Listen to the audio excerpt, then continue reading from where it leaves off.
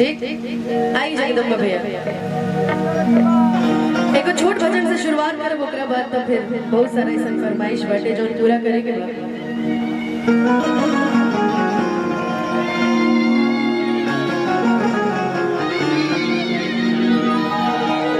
कि देख कर राम जी को झलक नंदनी, कि देख कर राम जी को झलक नंदनी, बाग में वो खड़ी रह गई राम देख सिया राम को, राम देख सिया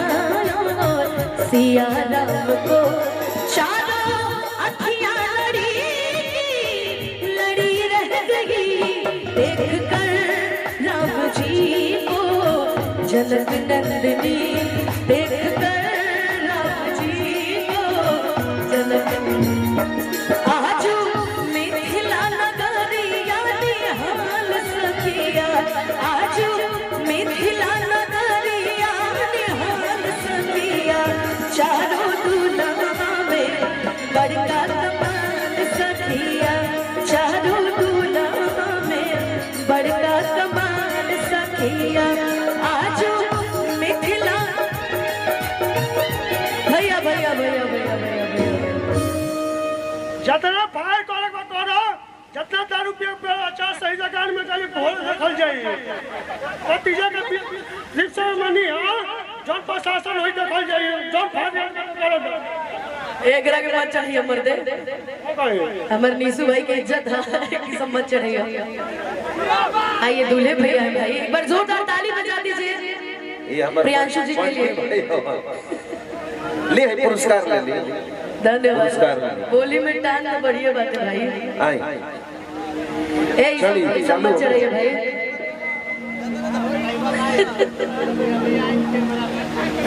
कबो कबो बतावा कार्यक्रम के लोग मगर ठीक आइए भाई कि आज मिथिला नगरिया निहाल सखिया, आज मिथिला नगरिया निहाल सखिया, चारों दुनिया में बड़का कमाल सखिया, चारों दुनिया में बड़का कमाल सखिया, देख कर राम जी को जनक नंदनी।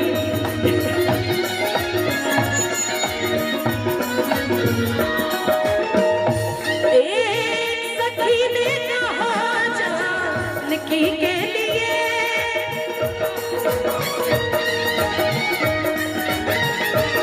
रच लिया है विधाता ने छोड़ी सुखर,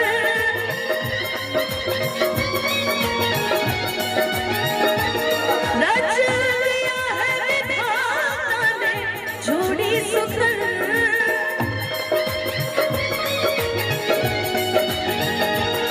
हमने के बीच में बड़ भैया विनोद यादव जी बैठल वाली, बहुत नाम सुननी है भैया के, अब बहुत सारा प्यार बहुत सारा आशीर्वाद सबका मिल रहल बा। रच लिया है विधाता ने छोड़ी सुघर, पर धनुष कैसे तोड़ेंगे कोमल कुंवर, पर धनुष कैसे तोड़ेंगे कोमल कुंवर। मन में शंका बनी रह गई देख कर राम जी को जनक नंदनी, देख कर राम जी को जनक नंदनी।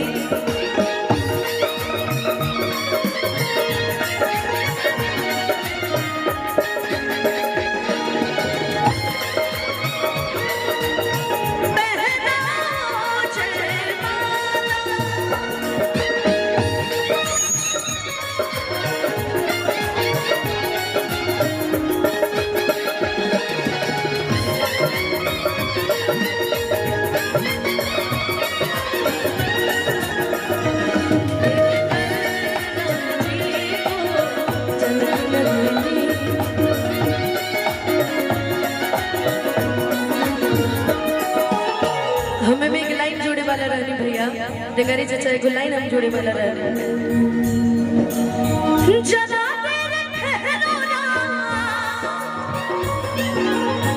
जरा तेरे ठहरो ना तमन्ना यही है अभी हमने जी भर के देखा नहीं है अभी हमने जी भर के देखा नहीं है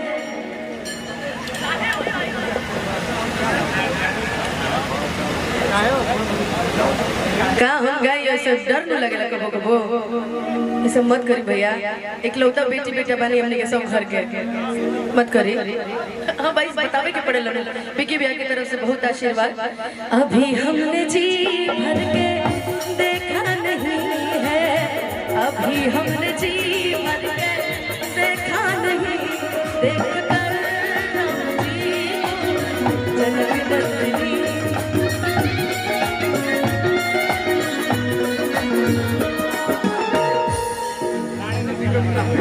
डर लगे लगू तो वो वीर आएंगे वो यहाँ पर खड़े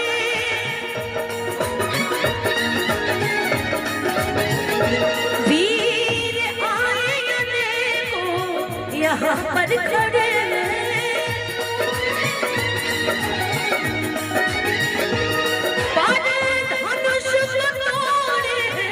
श्री राम जी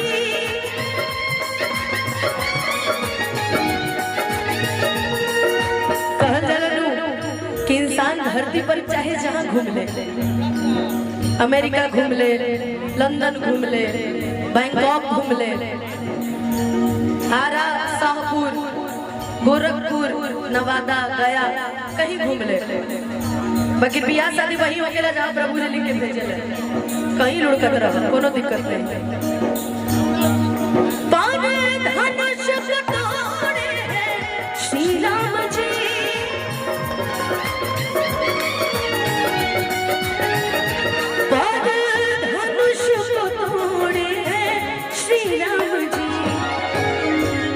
कोई फिर भी धनुष को हिला ना सका कोई फिर भी धनुष को हिला ना सका सबकी मस्तक तनी रह गई देख कर राम जी को देख कर राम जी को जनक नंदनी देख कर राम जी को जनक नंदनी की मैं वो खड़ी रह गई कि राम देखे सिया राम को